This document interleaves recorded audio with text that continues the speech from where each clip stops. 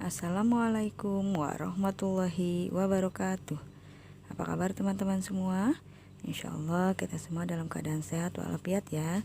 Tetap semangat, tetap menjaga kesehatan dengan 5M. Kembali kita ke pelajaran tematik tema 7 subtema 2 pembelajaran ke-1.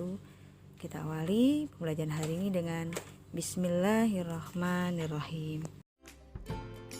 Sebagaimana kalian tahu, bangsa Indonesia pernah mengalami masa penjajahan yang cukup lama. Selama masa penjajahan, bangsa Indonesia mengalami banyak sekali penderitaan. Oleh karena itu, bangsa Indonesia semangat untuk melepaskan diri dari penjajah. Namun, usaha untuk memperoleh kemerdekaan ternyata tidaklah mudah. Berbagai rintangan harus dilalui oleh bangsa Indonesia demi mendapatkan kemerdekaan. Ketika mempersiapkan kemerdekaan, terdapat beberapa peristiwa penting. Nah, berikut ini adalah peristiwa penting yang terjadi saat persiapan proklamasi. Peristiwa penting yang pertama adalah pembentukan BPUPKI. BPUPKI adalah Badan Penyelidik Usaha-Usaha Persiapan Kemerdekaan Indonesia. BPUPKI dibentuk tanggal 1 Maret 1945 dengan hasil Pancasila. Kemudian, peristiwa penting yang kedua adalah pembentukan PPKI. PPKI adalah Panitia Persiapan Kemerdekaan Indonesia. PPKI ini dibentuk pada tanggal 7 Agustus 1945. Hasil dari PPKI adalah pengesahan Pancasila sebagai dasar negara kita. Kemudian, peristiwa penting berikutnya adalah peristiwa Rengas Dengklok.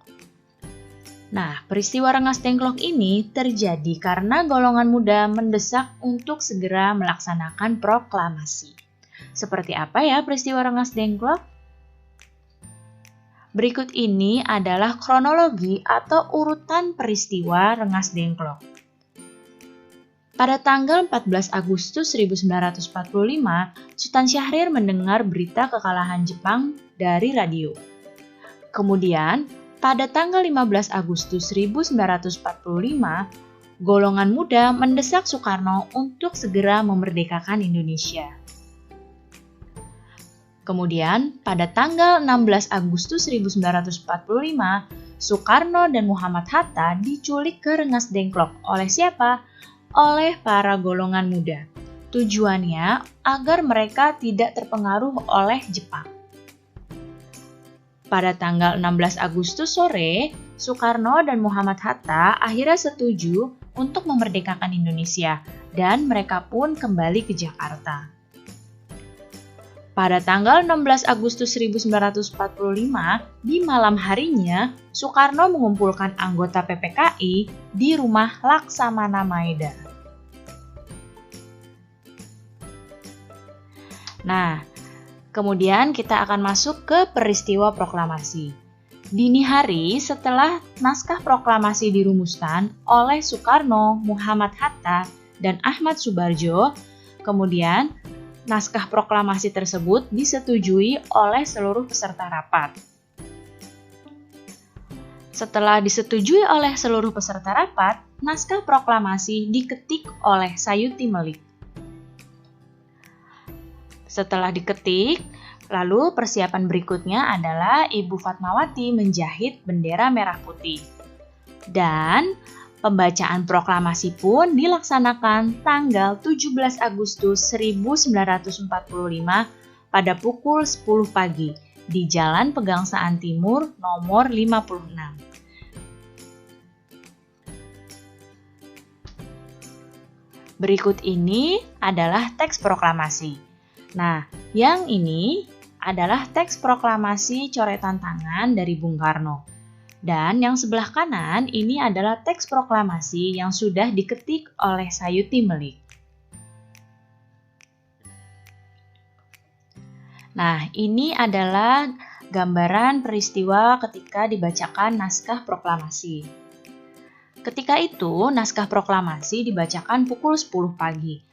Nah, kira-kira bagaimana ya suhu udara ketika pukul 10 pagi? Sekarang kita akan memasuki muatan IPA.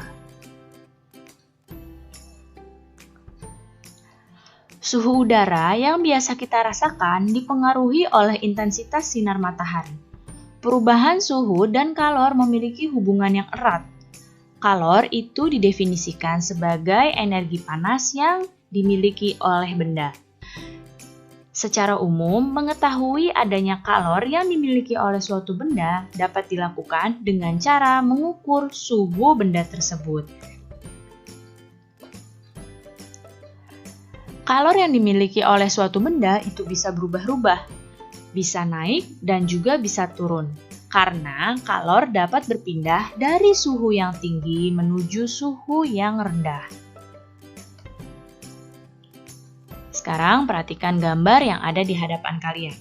Di sini ada gambar, ada air panas dan air dingin yang digabungkan jadi satu. Di sini bisa kalian lihat, air panas ini bersuhu tinggi. Sedangkan air dingin ini bersuhu rendah. Ketika air panas digabungkan dengan air dingin, maka suhunya masing-masing berubah. Suhu yang air panas akan turun dan suhu yang dingin akan naik dan ketika digabungkan akan menjadi air hangat.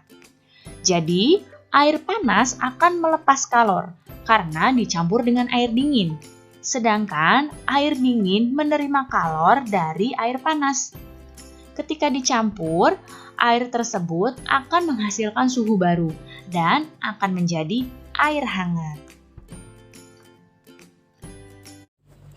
Alhamdulillahirrabbilalamin. Terima kasih teman-teman semua yang sudah menyimak video pembelajaran hari ini. Semoga bermanfaat. Untuk tugas hari ini kalian kerjakan halaman 56. Terima kasih. Wassalamualaikum warahmatullahi wabarakatuh.